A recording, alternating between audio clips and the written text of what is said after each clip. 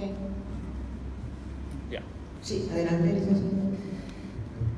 Muchas gracias, Clotilde. Muy buenas noches a todos. Estamos aquí en la jornada del cuarto Foro Liberal que vamos a desarrollar entre todos los estrategas del liberalismo clásico. Como hace una media hora atrás, en la finalización de Jorge Chapas en su informe 2018-2019 en su calidad de presidente del Foro Liberal, hizo una explicación y fundamentó la necesidad de asumir desafíos hacia adelante para impulsar el movimiento liberal clásico a nivel continental. Y uno de esos desafíos era justamente la formación y también la información continua, que era algo importante tenerlo presente. Por eso el profesor Alberto Mansuetti hizo un inicio del Foro Liberal hablando de en qué contexto nos encontramos. En virtud de estas dos consideraciones, hemos creído conveniente ofrecerles a ustedes una presentación que hace un enmarque, o sea, un encuadre a lo que el profesor Alberto Mansuetti llama las 5 reformas y que todos lo hemos asumido con total compromiso dentro del movimiento las 5 reformas a nivel de nuestros países. Por eso voy a tratar, y ustedes serán los mejores jueces si esta ponencia ayuda a comprender esta idea de las 5 reformas y por qué las leyes dan justamente inicio a esto que consideramos sería el punto de salida hacia el capitalismo liberal, saliendo de nuestro punto de partida, que es el socialismo empobrecedor. Bien, entonces yo voy a lanzar una hipótesis de trabajo de la siguiente manera. Estoy presentando una comparación de 3 constituciones, la peruana, la paraguaya y la de Estados Unidos. Pretendo de alguna manera que debemos observar ciertos fenómenos jurídicos y económicos para que quede en evidencia, digamos así, una investigación a futuro de manera mucho más especializada para confirmar esta hipótesis. Y la hipótesis es que en la medida que tengamos leyes malas, vamos a tener mala economía. Entonces, repito la hipótesis, en la medida que tengamos leyes malas, vamos a tener mala economía. Esto no es una demostración de la hipótesis, pero sí nos presenta ciertos indicios a considerar una futura investigación. Miren la Constitución de Estados Unidos, Perú y Paraguay. Si ustedes miran los años de promulgación de cada una de estas constituciones, lo que ustedes pueden sacar su conclusión es que la constitución más antigua es la de Estados Unidos de 1787 versus las constituciones latinoamericanas, en este caso la de Paraguay y la de Perú, que son del siglo XX. 1993, 1993 caso peruano, 1992 la paraguaya. En cuanto al número de constituciones, en Estados Unidos tenemos que es una, mientras en el caso peruano son 12, en el caso paraguayo son 6. Además, el número de leyes que contiene su aparato productivo legislativo es, en el caso de Estados Unidos, tiene 11.955 leyes para gobernar a 325 millones de personas versus a 30.908 leyes en el caso peruano para gobernar a 32 millones o 31.2 millones de personas. Y en el caso paraguayo tiene 6.280 leyes que gobierna a 6.81 millones de habitantes. Si ustedes sacan un ratio de cada una de estas leyes dividido entre el número de habitantes, van a ver que el ratio es mucho mayor en el caso de los latinoamericanos, es decir, cuánto peso tienen las leyes sobre la población es mucho más alto en los países latinoamericanos que en el caso del país, en este caso de Estados Unidos. Pero la evidencia empírica nos muestra además que si ustedes ven los resultados económicos de estos 3 países, van a ver que en el caso estadounidense, que no es el mejor caso, digamos, para hablar del libre mercado, van a ver que el PBI per cápita es de $65.000 en el caso de Estados Unidos versus $7.000 en el caso peruano y en el caso paraguayo de $6.000 $230 por habitante, ¿no? Entonces, no digo que esta es una demostración, pero sí nos da pie a hacer una investigación mucho más profunda de la forma como afecta tanto el número de leyes como la calidad legislativa de estas leyes. Que eso es una investigación que podría iniciarse a partir de aquí de los 5 reformistas presentes, cada uno de sus respectivos países, y averiguar el peso que tiene estas leyes tanto a nivel cuantitativo como a nivel cualitativo, que esa es la parte mucho más compleja, porque hay que elevar ciertos estándares para poder normalizar y decir, bueno, una mala ley es a partir de una calidad regulatoria de esta manera. Bueno, establecer ese patrón requiere fundamentación teórica y una contrastación empírica para confirmar la hipótesis. También averigüé un poco de los regímenes económicos que existen en los 3 países, y en el caso estadounidense, como ustedes saben, no tiene régimen económico. A lo más, lo que pueden encontrar ustedes en la Constitución de Estados Unidos es el artículo 1 y la sección 8, donde dice lo siguiente: el Congreso se va a encargar de regular el comercio. Y no encuentras dentro del texto de la Constitución de Estados Unidos una palabra que diga economía. Lo buscan con un buscador en Word y no van a encontrar dentro de la Constitución de Estados Unidos algo que diga economía. Y menos que pueda decir otra palabra que se llame mercado. O sea, y en el caso de las constituciones paraguayas y peruanas, en el artículo 110 de la Constitución paraguaya dice: toda persona tiene derecho a dedicarse, y en amarilla dice: la actividad económica lícita. ¿Y qué pasa si el gobierno declara de forma ilegal una actividad económica que ahorita es lícita? Prohibir Uber. Miren la ventana de oportunidad que tiene el gobierno para poder prohibir una actividad económica, porque aquí el tema es que el gobierno es el que puede prohibir, ¿no? Por eso lícita, esa palabra lícita entra cualquier cosa desde el punto de vista político, ¿no? Como se maneje según el ambiente en que se desarrolla. Y más adelante dice: se garantiza la competencia en el mercado. Suena muy bien, pero lo que viene después no es muy bueno. Dice: no serán permitidas la creación de monopolios. Desde el punto de vista austríaco sabemos que los monopolios creados desde los consumidores para nosotros es una virtud del mercado. Y el alza o la baja artificial de precios. Vamos entonces a definir qué cosa es artificial, ¿no? O sea que aquí también hay mucho, le da mucho pie al gobierno a hacer este tipo de intervenciones, ¿no? En la Constitución peruana, la iniciativa, en el artículo 58 dice: la iniciativa privada es libre y punto seguido se ejerce una economía social de mercado.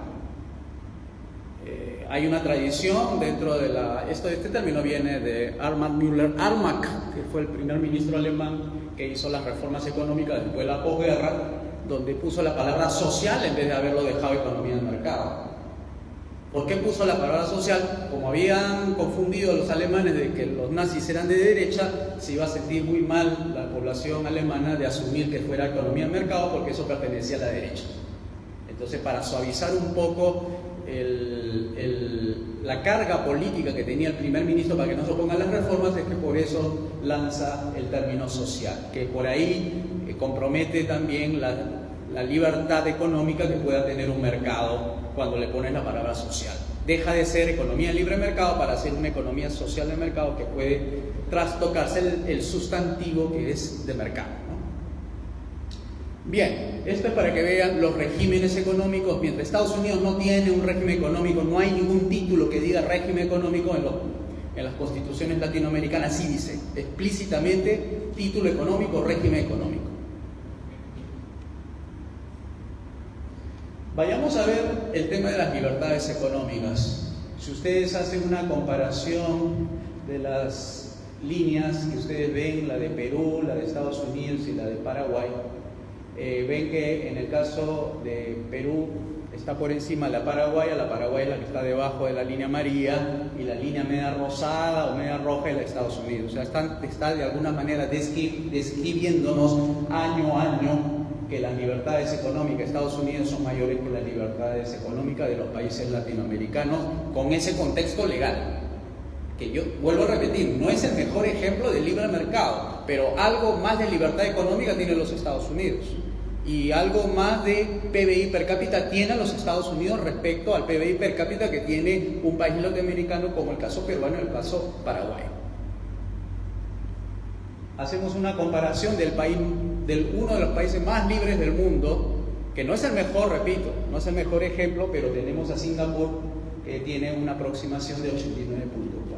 Estos indicadores de la libertad económica hechos por la Heritage Foundation o The Cato Institute con su partner que hace en Canadá, The Fraser Institute, hay críticas a este tipo de mediciones, que no es la mejor medición para demostrar el libre mercado, pero lo que tenemos por lo menos nos da una idea, no confirma una hipótesis, pero da una idea de cómo está el estado de la situación, por decir así, que puedes ver medio vaso lleno, medio vaso vacío, el vaso medio vaso lleno, medio vaso vacío, que nos puede algo decirnos respecto de que hay ciertas economías en las cuales hay muchas regulaciones, muchos impuestos, muchas trabas a la inversión privada, y hay unas economías que hay menos impuestos, menos trabas y menos regulaciones. Y se puede medir de alguna manera de esta forma con estas líneas que ustedes ven, que es una trayectoria temporal de año a año, 1985, y su indicador, mientras más se acerque a 100, es más libre, y mientras se acerca más a 0, es un país menos libre. Entonces siguen siendo los países latinoamericanos países menos libres, entre comillas, versus el país de Singapur, ¿no? Que es un estado-ciudad donde se ve que es mucho más en términos de libertad mayor que en el caso. Y ahí van a ver el PBI de Singapur y van a ver la comparación que hacemos con el socialismo de Cuba, ¿no? Y aquí tenemos estos indicadores de comparación entre el capitalismo versus el socialismo. El modelo emblemático en el caso cubano para demostrar el socialismo y el caso emblemático de Singapur para demostrar el capitalismo. Y miren, en el caso de Singapur con menos población y Cuba con mayor población, tiene un PBI per cápita, un PBI total de 297.000 millones de dólares de riqueza medida en términos de bienes y servicios versus los 68.000 millones de dólares de Cuba. Cuba con más población produce menos riqueza que en el caso de Singapur, ese que tiene menos población y produce más riqueza. O sea, para que vean que no es la cantidad de personas la que hace más riqueza, sino es la productividad que tiene cada uno de estos habitantes, ¿no? El PBI per cápita en el caso de Cuba está por los 6.000 dólares versus 55.000 de Singapur. Expectativa de vida andan por casi empatados. La mortalidad infantil es menor en Singapur, en este país capitalista, versus al socialismo de Cuba, que es 77 de 3 de Singapur contra 7 niños que mueren por cada 1.000 habitantes. La alfabetización, bueno, Cuba se dice que es el mejor modelo, entre comillas, de alfabetización, contra Singapur 95%. Líneas telefónicas, en el caso de Singapur, salen 1.250 líneas telefónicas por cada 1.000 habitantes. O sea, puede tener una persona 2 líneas telefónicas, y en el caso cubano apenas llega a 52 personas por cada 1.000 habitantes que tiene líneas telefónicas, ¿no? Igual en el número de peces, 31 peces por cada 1.000 habitantes versus 622 peces por cada 1.000 habitantes, ¿no? Están mejor interconectados un singapurense que un cubano. Usuarios de internet son 11 en Cuba contra 504 por cada 1.000 habitantes, ¿no? Entonces, estamos viendo cómo el capitalismo en términos cualitativos, vemos que es mucho más contundente en progreso, ¿no? en educación, en economía, en expectativa de vida, respecto a este caso de progreso en el capitalismo versus el socialismo. Bien, vamos a ver otros indicadores, pero este ya es caso peruano. no han podido conseguir el caso paraguayo. Hubo la constitución anterior a la que tuvimos del 93 fue el 79. En la constitución del 79, su PBI, que ustedes ven en la primera línea, produjo 158.000 millones de soles de riqueza.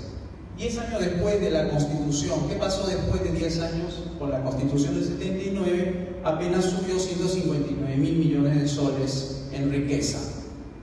Cuando hubo el cambio de Constitución en el año 93, se probó después de 10 años. ¿Qué sucedió con la Constitución del 93 después de 10 años en términos económicos?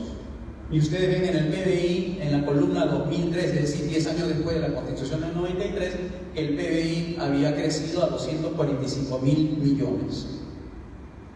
¿Y qué pasó? 21 años después de haberse promulgado la Constitución del Perú, el PBI creció de 245.000 a 574.000 millones de soles, es decir, las personas se enriquecieron con un cambio constitucional. Crecimiento promedio, igual con la Constitución del 79, en promedio se crecía en el año 79 3.1%. Sin embargo, en el año 89 decreció con 0.7%, o sea, menos de 1% de crecimiento. Con la Constitución del año 93, 10 años después de la Constitución del 93, se crecía a tasas de 8% anualizado. Y 21 años después, con la Constitución del 93, se crecía a 8.3%. O sea, las tasas de crecimiento comparativas con el año 79 era 2 o 3 veces más que lo que se crecía con la Constitución del 79. ¿Por qué se compara con la Constitución del 79? Porque era la Constitución más socialista que hemos tenido desde la República. Ahí se afianzó el modelo de planificación. Se decía en uno de los artículos después del 110, decía el Estado tenía la capacidad, tenía la facultad de realizar planes económicos. Así lo decía la Constitución. Se le da la facultad a ese gobierno para que pudiera controlar, planificar la economía.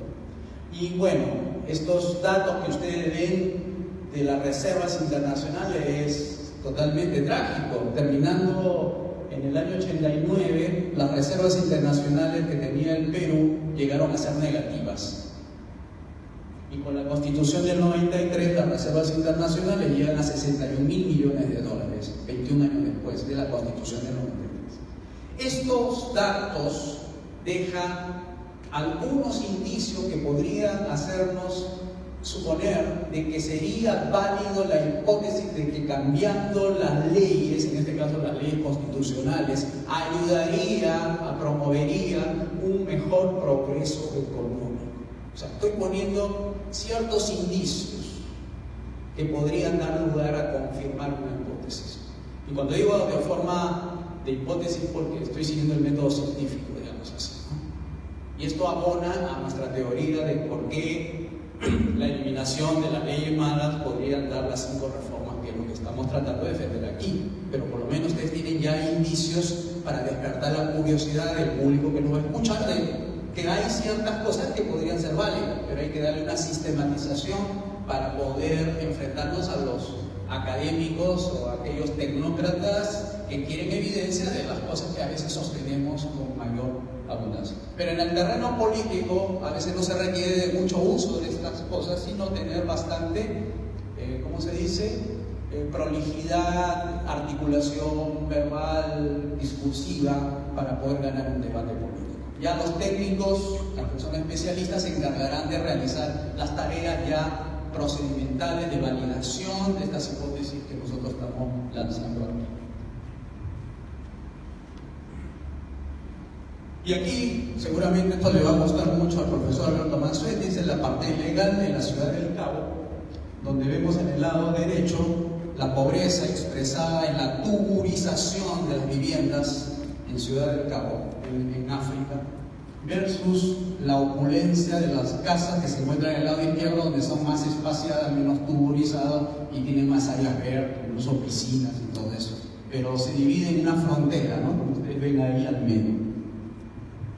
Otro caso de contrastación entre capitalismo es el caso de Singapur, que vemos arriba cómo era Singapur en los años 70 versus el Singapur de hoy. Miren esos cambios cualitativos en términos de progreso. Corea del Sur del año 50 contra Corea del Sur de ahora. Miren esos cambios. Aquí estamos sosteniendo de que el afianzamiento del capitalismo en Corea, en Ciudad del Cabo y muchos países africanos están conduciendo a evidencias empíricas que está a la vista de todos, ¿no? Progreso material, lo que se ve ahí. Isla Mauricio en África, miren esto, progreso notable, ¿no? La infraestructura, que es lo que estamos viendo ahorita, ¿no? Botswana, miren esos edificios en un país africano que antes era un pequeño desierto, miren ahora cómo está poblado de edificios modernos. El profesor, en un paper que se llama África, los leones capitalistas africanos, habla de estos casos de Botswana y 10 países africanos, ¿no? De cómo están saliendo de a poco del socialismo. Porque no digo que todo el país sea así, pero por lo menos hay ciertas áreas que son así capitalistas, ¿no? Estamos apreciando la ponencia de José Luis Tapia en el primer día del cuarto foro de América Latina, La Derecha Levanta Cabeza. Bueno, esta es la parte ya propaganda de alguna manera para un poco evidenciar ciertas cosas. Nosotros estamos defendiendo un proyecto que se llama La Gran Devolución, que está de alguna manera expresado en un programa político llamado Las 5 Reformas, que tiene principios liberales y cuya estrategia es la derogación de las leyes malas, y que debe tener un porcentaje por lo menos de congresistas liberales dentro del Parlamento para hacer los cambios constitucionales. Por lo menos del 66%, 2/3 en nuestras leyes peruanas, 2/3 pueden hacer cambios constitucionales, por solamente tener mayoría en el Congreso. Y esto es la hoja de ruta. De aquí se parte en el punto 1 en las bases, es decir, la masa crítica que la podemos instrumentalizar en los centros de liberalismo clásico, en el Foro Liberal, la Academia Cristiana de Ciencias Políticas y los movimientos 5R de cada país, ¿no? Que van a buscar crear unas incubadoras, ¿no? De huevo a pollito, de pollito a gallina, ¿no? Y así se puede llegar a grupos o movimientos, de movimientos a partidos mediante la difusión de las narrativas capitalistas, ¿no? Este es el segundo paso de la ruta. El método FOPRA: formación, organización, propaganda, levantamiento de recursos y acción política directa. ¿Qué se debe lograr para decir vamos ganando terreno? Bueno, debemos tener operadores políticos, ¿no? Luego crecimiento, visibilidad, que todo el mundo nos vea lo que hacemos, y luego los 3, 4, 5, 6, 7 puntos que tienen que ver con influencias, ¿no? en el escenario político, donde tengamos capacidad de movilizar, ¿no? A la opinión pública, movilizar, ¿no? Que significa expresión política en las calles. En el punto número 5 deberíamos lograr ciertos hitos, en este caso ganar una consulta popular, no necesariamente ganar las presidenciales, pero se puede ganar una opinión pública en base a una consulta popular. Ese es un mecanismo que hay dentro de la democracia, que está en algunas constituciones, no sé si en todas, no me consta a mí, pero que se podría presionar al gobierno, una vez que tengamos esa masa crítica, esa opinión pública movilizada, exigirle al gobierno que se le pregunte a la gente si está de acuerdo con las 5 reformas. No se necesita ganar ningún congreso.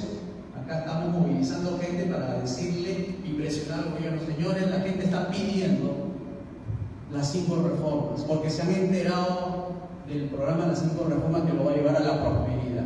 Quiere saber las personas qué opina el resto de la población. esta masa crítica que estamos hablando, que moviliza a cientos de miles de personas, crea una opinión pública donde los noticieros, los centros de análisis empiezan a debatir esa propuesta. Y llega un momento en que se sienta a arrinconar el gobierno y buscando el número de firmas para lograr que se instaure dentro de la agenda pública una consulta popular. Y esa consulta popular puede tener 5 preguntas y le puede decir: ¿usted está de acuerdo con la reforma política número 1, que es achicar el Estado para que, reduciendo el tamaño del Estado a sus 3 únicas funciones, justicia, seguridad, obras públicas, todos los recursos que se liberan van a pasar a la mano de los contribuyentes de ese país y así se podrán enriquecer? Haciendo la segunda reforma, y viene la segunda pregunta: ¿usted está de acuerdo con la reforma número 2, que son la apertura de los mercados libres? Y entonces la gente va marcando sí, sí, sí, sí. Y cuando recibe esa respuesta mayoritaria por el sí a las reformas las 5 reformas, entonces se lleva al Parlamento y empieza a hacer la derogación por presión política de la ciudadanía. Que eso no tiene calendario electoral, ¿no? Pero insisto, no es fácil, porque reunir la masa crítica requiere un esfuerzo considerable, ¿no? Pero no estamos sujetos a los calendarios electorales y tampoco estamos ajustándonos, si no estamos peleándonos nuestros espacios políticos como hace la izquierda todos los días. Todos los días la izquierda trabaja por implementar leyes. No espera un Congreso a su medida para hacer sus reformas socialistas. Todos los días presionan al Congreso para legislar. Decirle a los congresistas: mira, acá está la ley de prohibición del uso del plástico en las cañitas para el sorbete del uso de la bebida. Todos los días están introduciendo regulaciones, todos los días. Ellos no trabajan en calendarios. Entonces esto es una propuesta que podemos utilizarla para no desanimar a la gente, sobre todo, que hay que esperar mucho, 20, 30 años. Vaya, tú no conseguiste ganar ahora en estas elecciones del 2019, hay que esperar 5 años a que se cambie de presidente del Congreso para que se hagan los cambios de las reformas que estamos persiguiendo. Ya 5 más 5, 10. Dentro de 10 años, entonces, no cuenten conmigo. Yo quiero que estas cosas a veces sucedan rápido. Porque a veces la gente es un poco impaciente y los resultados ya. Y podemos darle una esperanza en que podemos desarrollar nuestro propio calendario electoral.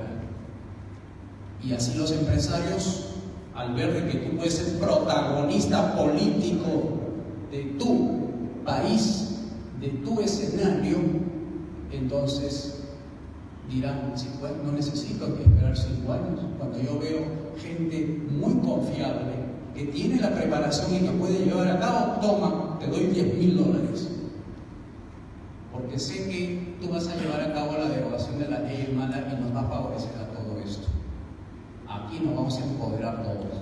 Entonces ya tú le estás dando una oportunidad de que no hay que esperar mucho para hacer reformas políticas como hace la izquierda todos los días, no espera calendarios.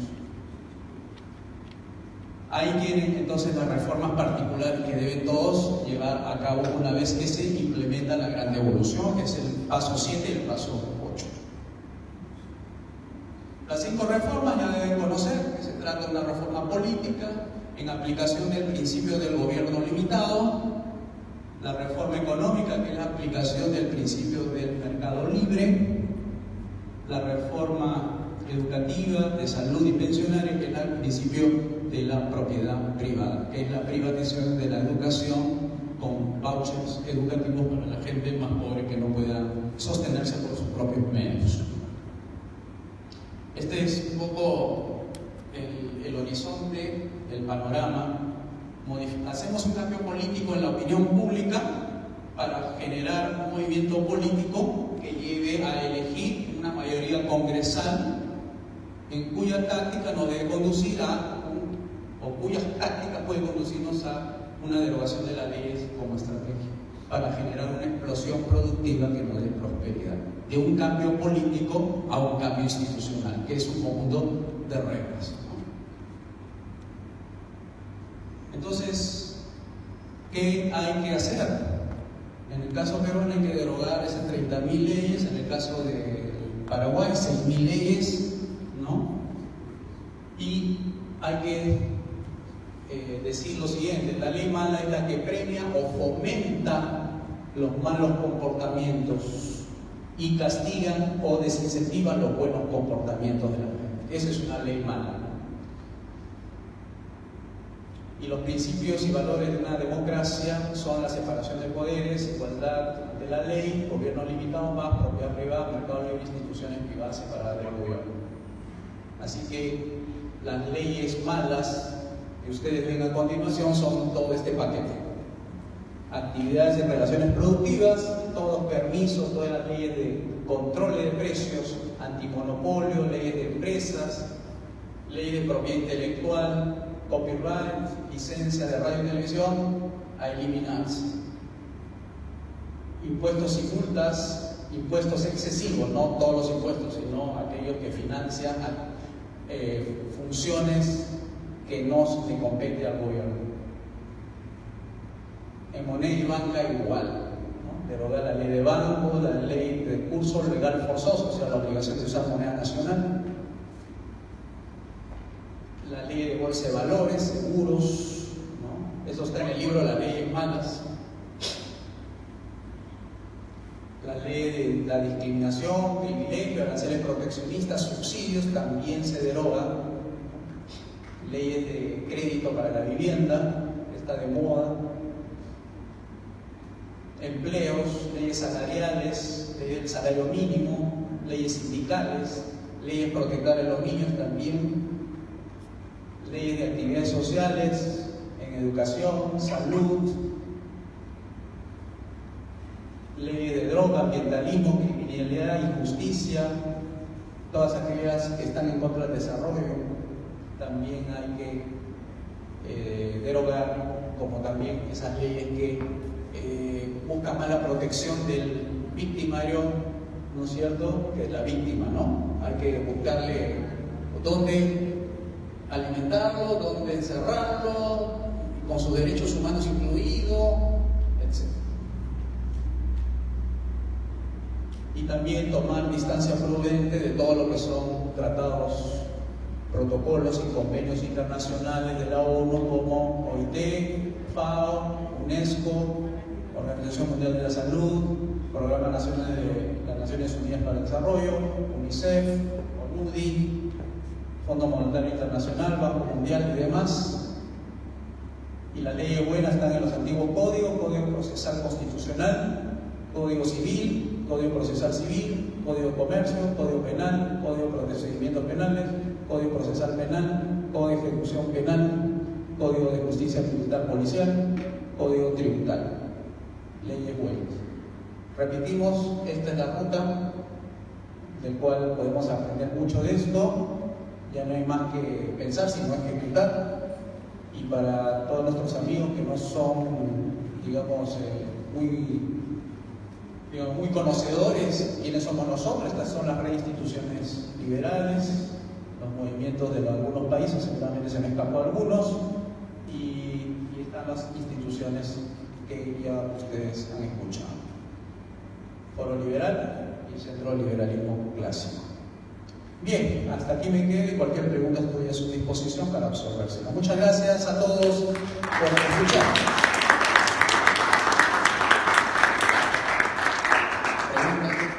A ver, Clotilde, ministras.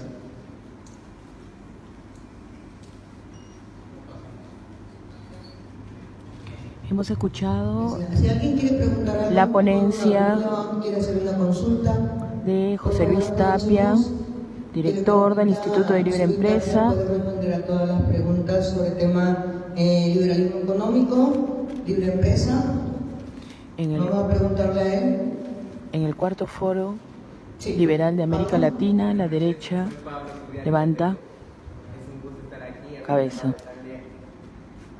La pregunta que tengo es particularmente se orienta a dos aspectos. El primero es que actualmente en el Congreso peruano existe una comisión, si mal no recuerdo, es de Constitución, si no me equivoco, que está revisando toda la legislación nacional para extraer de ella las normas que ya no son utilizadas o que tienen un impacto negativo en la regulación. Quería saber si conoce esta comisión, qué opinan de su trabajo, porque tengo entendido que han elaborado un primer informe donde aproximadamente retiran de la legislación nacional cerca de 3.000 o 5.000 leyes, algo así. La otra pregunta que tengo es que yo provengo de la Amazonía del Perú. La Amazonía del Perú ocupa un 28% del territorio nacional, sin embargo aporta el 1.5% al PBI, o sea, tiene una bajísima representación en la economía del Perú.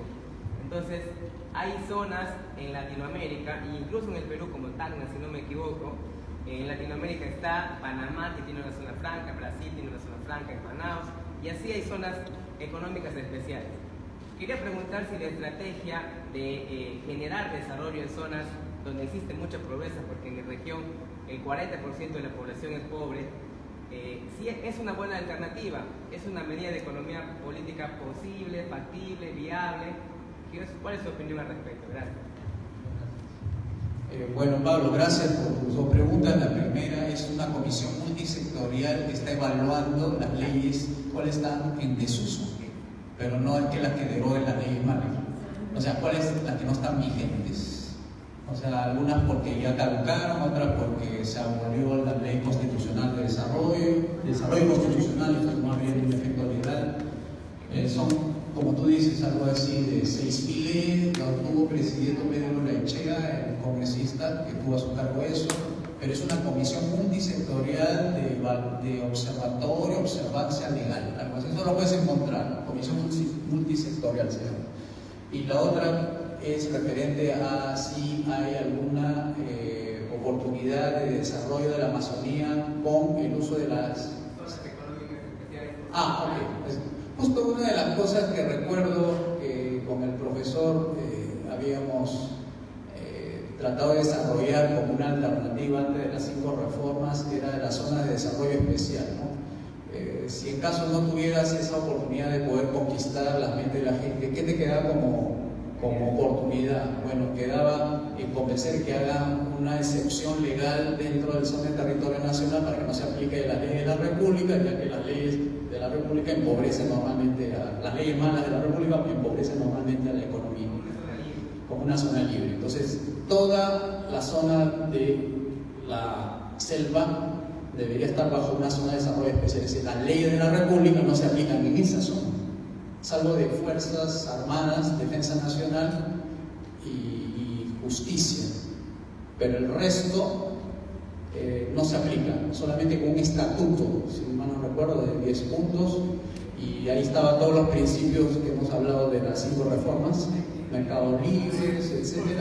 Hay un proyecto de ley, creo que en uno de sus documentos del profesor está, creo, ese anexo legal, que se llama Ley de Creación de Zona Económica Especial o Zona de Desarrollo Especial o de Desarrollo Económico. Eso lo buscas en PDF y ahí está. O sea, es el proyecto de ley. O sea, que 5 congresistas de Loreto o 2 o 3 de la Amazonía van y presentan al Congreso por un tema de que como el gobierno no tiene suficientes recursos para poder atender las necesidades económicas y sociales de esa zona, se hace por excepción de 7 años a consideración de una evaluación para prorrogar, pero creemos que con 7 años ya se habrá desarrollado la zona amazónica, se haría excepción de la aplicación de toda la ley de la República, menos la de justicia, seguridad. Y ahí entraría un estatuto especial de 12 artículos, donde se le da libertad para que entren las inversiones de todas partes del mundo y empiecen a desarrollarse, etcétera, todo lo que tiene que ver con el desarrollo, la economía y todo lo que viene incluyendo la solución de la pobreza, ¿no? Bien, hay una pregunta más por ahí, creo. Sí, Marco. Si tú tuvieras la posibilidad de todas estas leyes malas, esta constitución, tú en tu consideración como experiencia, ¿por dónde empezarías a hacer el cambio constitucional, legal? ¿Qué normas tú le darías prioridad en ese caso? Si tú fueras asesor de un congresista o si tú fueras un congresista, ¿por dónde empezarías? ¿Te refieres a qué leyes malas empezaría o qué pasos políticos daría para lograr esa reforma? Yo creo que primero los pasos y después la ley que tú consideras que debería ser la clase de ley más que tú deberías aplicar. A ver, los pasos políticos están en la hoja de ruta, lo que hemos visto, los pasos, está ahí. Ahora, tú dices, ¿con cuál ley empezaría? Bueno, a ver. Si yo tengo ganado las 5 reformas, porque es en la hoja de ruta, por un tema nada más de calendarización, no sé si se puede hacer, ahí me van a corregir los abogados. Si es una sola ley que deroga todas las leyes malas, se hará pues con un anexo de todas las leyes malas y de repente deróguese con efecto inmediato todas estas leyes que figuran en el anexo número 1 y sale, no sé, las 25.000 leyes malas o menos, 10.000, 15.000. No sé si así se hace o hay que articular todos los artículos constitucionales para ir desarrollando por artículo y una lista aparte de cada anexo.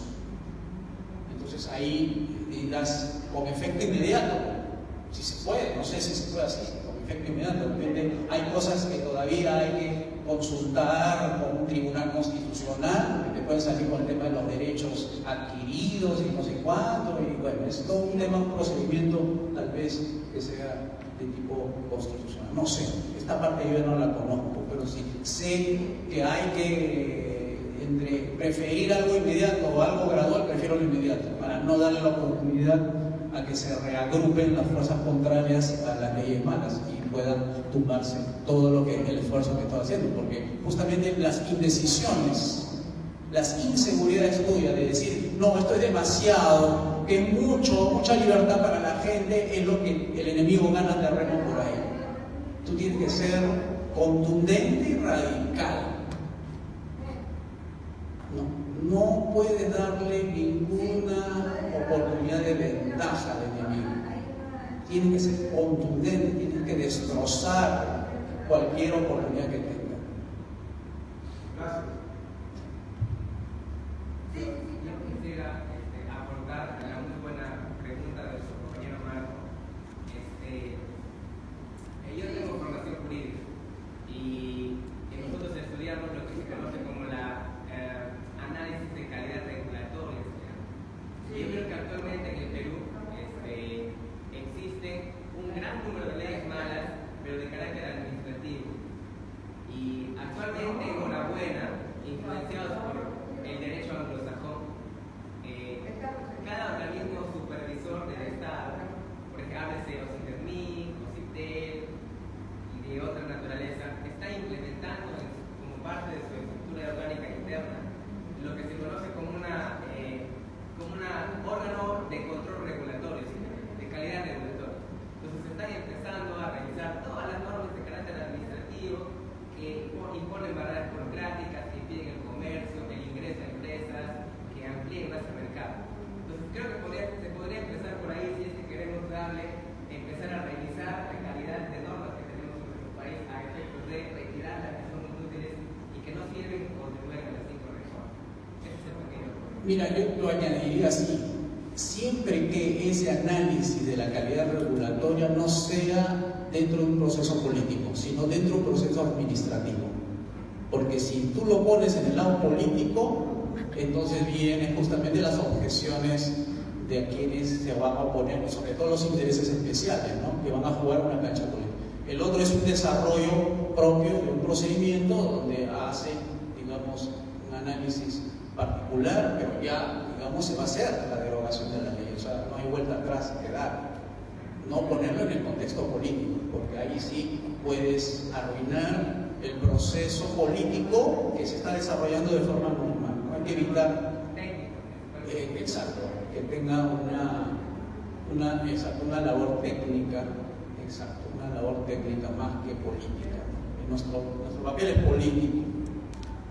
Y la elaboración de la derogación de qué es primero, segundo, tercero será la parte administrativa, procedimental, que seguramente también los intereses especiales se van a mover en ese terreno, ¿no? Tratar de poner acciones de amparo, algún tipo de acciones dentro del Poder Judicial para detener las reformas. Pero eso hay que preverlo, justamente hay que tener estrategias jurídicas, estrategias políticas, estrategias mediáticas, ¿no? Que sirvan para evitar que los procesos, si todo lo haces en el proceso político, de repente te frenan el proceso jurídico y de repente por una ley mal redactada puedan inclusive llegar al retroceso, ¿no? Yo había escuchado una vez, y aquí acabó, el tema de la pausa constitucional. Se puede hacer una pausa constitucional. Eso es una maniobra política interesante. No es que estás desconociendo la Constitución, porque probablemente dentro de las objeciones políticas dices, va contra la Constitución esto. Estamos en una situación de pausa, no de quiebre, como lo hizo los dictadores, ¿no? Que cierran el Congreso, sino utilizan la palabra pausa. Mientras tanto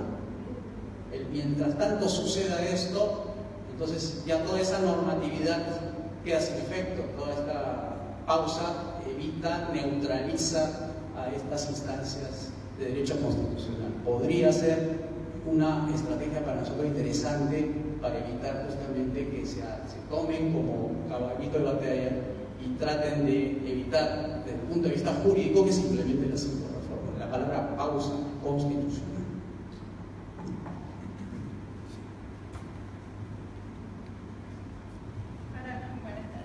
Paraguay es uno de los países que podríamos empapelar todo el país con las leyes que vamos creando día con día. ¿Cómo como país podemos evitar la influencia o la presión internacional? Porque en las Naciones Unidas se dicen tienen que crear tal cosa y Paraguay viene como soldadito, hace la ley pero ahí se queda. Llegamos hasta los planes nacionales pero no llega a donde tiene que llegar. ¿Cómo hacemos eso? ¿Cómo nosotros podemos? Bueno, yo voy desde la concienciación a la ciudadanía, ¿verdad? Desde las bases, pero ¿cómo podemos frenar a nuestros políticos de turno como para que no siga sucediendo eso? Porque los subsidios, ¿verdad? O sea, realmente es lo peor que puede existir, porque ya, aparte de que son mal distribuidos, ¿verdad? No benefician en nada. Y esos van viniendo por presión internacional. La de los adultos mayores, discapacidad, las campesinas, son presiones internacionales que vamos teniendo, y el paraguayo, por lo menos nuestros políticos ya desde 2 décadas atrás, vienen, hacen las leyes, reciben los beneficios y se queda ahí. Es una realidad nacional y cada vez estamos peor. ¿Y cómo nosotros podemos frenar eso? Esa campaña de afuera hacia adentro, Sí. para evitar que se implemente, porque hay ciertos tratados que obligan a los países a hacer esta implementación, que si no se afecta el tratado y por tanto... Temas de medio. Bueno, hay la función, hay una parte de los tratados que se habla de la denuncia, ¿no?, del tratado, y te ponen una serie de costos ahí que debes asumir en caso que hagas una denuncia. Yo no puedo adelantar ni una opinión ahorita, porque no conozco mucho, pero sí conozco internacionalistas o lo que se llaman analistas de derecho internacional. Yo acudiría a los que son de nuestra vertiente, por favor, darnos una fórmula jurídica en el cual, no, fórmula jurídica no tanto, una fórmula política que tenga contenido jurídico para neutralizar estas instituciones. Por ejemplo, Jorge ha trabajado en la FAO. Él conoce cómo funcionan esas organizaciones por dentro y sabe que son también muy politizadas.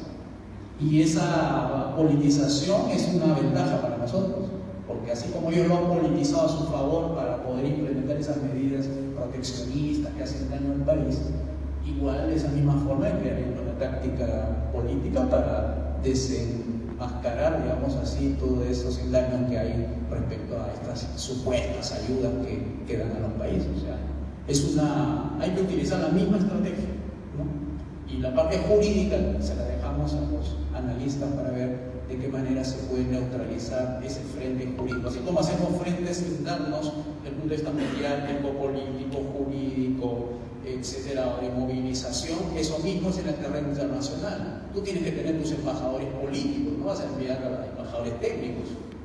Y que tiene que dar la lucha, así como da el embajador de Cuba en las Naciones Unidas diciendo que hay que apoyar a Venezuela, o va el embajador de Venezuela a decir que lo van a invadir Estados Unidos en complot con Brasil. Igual nosotros tenemos que también buscar aliados internacionales que hagan la defensa también de nuestras ideas, ¿no? Hay que hacer negociación política, que creo yo eso también está abierto a nosotros. No es que seamos aislacionistas, ¿no? No es nuestra idea de aislarnos. Nosotros nos aislamos de las leyes malas, no nos aislamos del mundo internacional. Lo que queremos es lo mejor para el mundo internacional. Entonces tenemos que tener un discurso también internacional de las leyes malas, ¿no? Como lo ha hecho Hernando de Soto cuando habla de los derechos de propiedad. Su tema no es Perú nada más. Ha hecho una doctrina de los derechos de propiedad para los pobres a nivel internacional y ha buscado aliados dentro de las Naciones Unidas. La señora Madeleine Albright, que era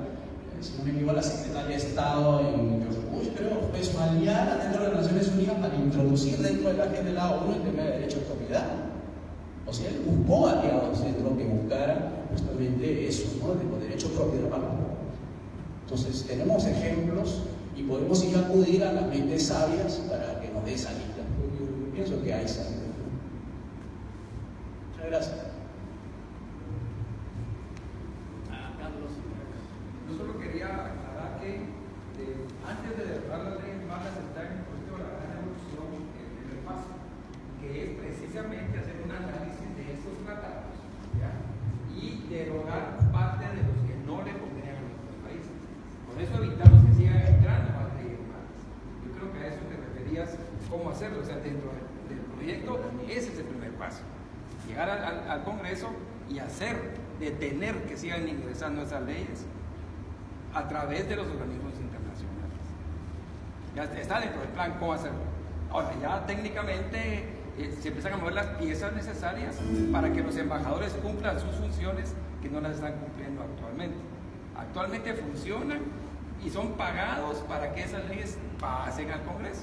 Eso es lo que hacen los embajadores de nuestros países ahora, ser pagados y quedar bien con las instituciones internacionales. Muy bien, claro. Gracias, José Luis. Muchas gracias. Tengo algunos comentarios. Bueno, uno es una consulta, porque en el cuadro que mostraba sobre Cuba con 11 millones de personas y Singapur con menos, con 4. Gracias. La pregunta es que tendería uno a equivocarse en una de las láminas, porque Cuba aparece con 11 millones de personas y Singapur con 4 o 7, no sé. Y alguien podría decir que precisamente se debe a la sobrepoblación, ¿no? Entonces, que quisiera 11 millones y 4 millones. Quisiera tu comentario respecto del por qué la sobrepoblación en todo caso influye o no influye, determina cómo influye, digamos, en esos números. En dos momentos mencionabas que Estados Unidos no es un buen ejemplo, ¿no?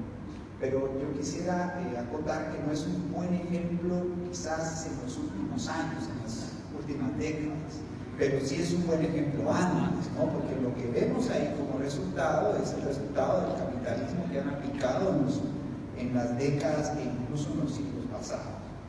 Tal vez tu comentario al respecto. Y sobre el tema de que no necesariamente necesitamos partidos políticos haciendo función en el gobierno para derogar las leyes malas.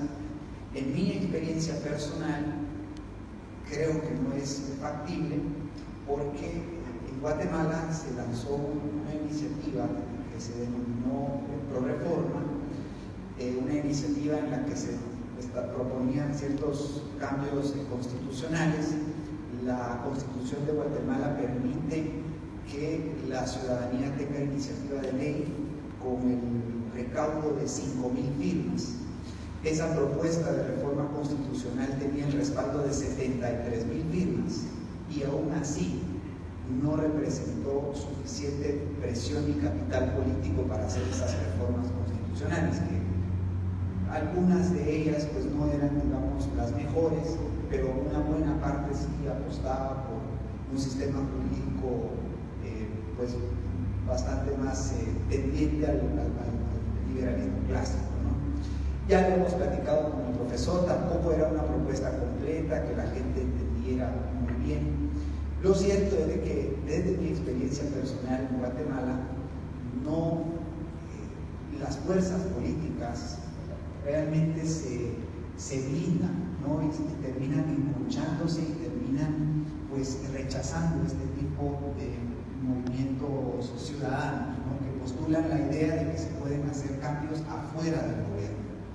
Entonces yo pues zanjaría ahí una incertidumbre y seguramente sería un tema para deliberar, digamos, en el foro, si es o no eso factible. Por supuesto dejando la posibilidad de que lo sea, pero habría que, pues evidentemente, ver un caso particular, ¿no? para que exista. Y un último tema en torno a la análisis de calidad regulatoria. Hay un principio que se llama principio. Hemos apreciado la ponencia de José Luis Tapia en el posible norma jurídica interesante, ¿no? Que permite que las leyes se autodeterminen. Estamos ya finalizando el tema, digamos, la legislación, la parte de las preguntas. Muchísimas gracias. Después de cierto tiempo de aplicación. Ese es un principio que por ahí lo dejo, que puede ser un interesante análisis para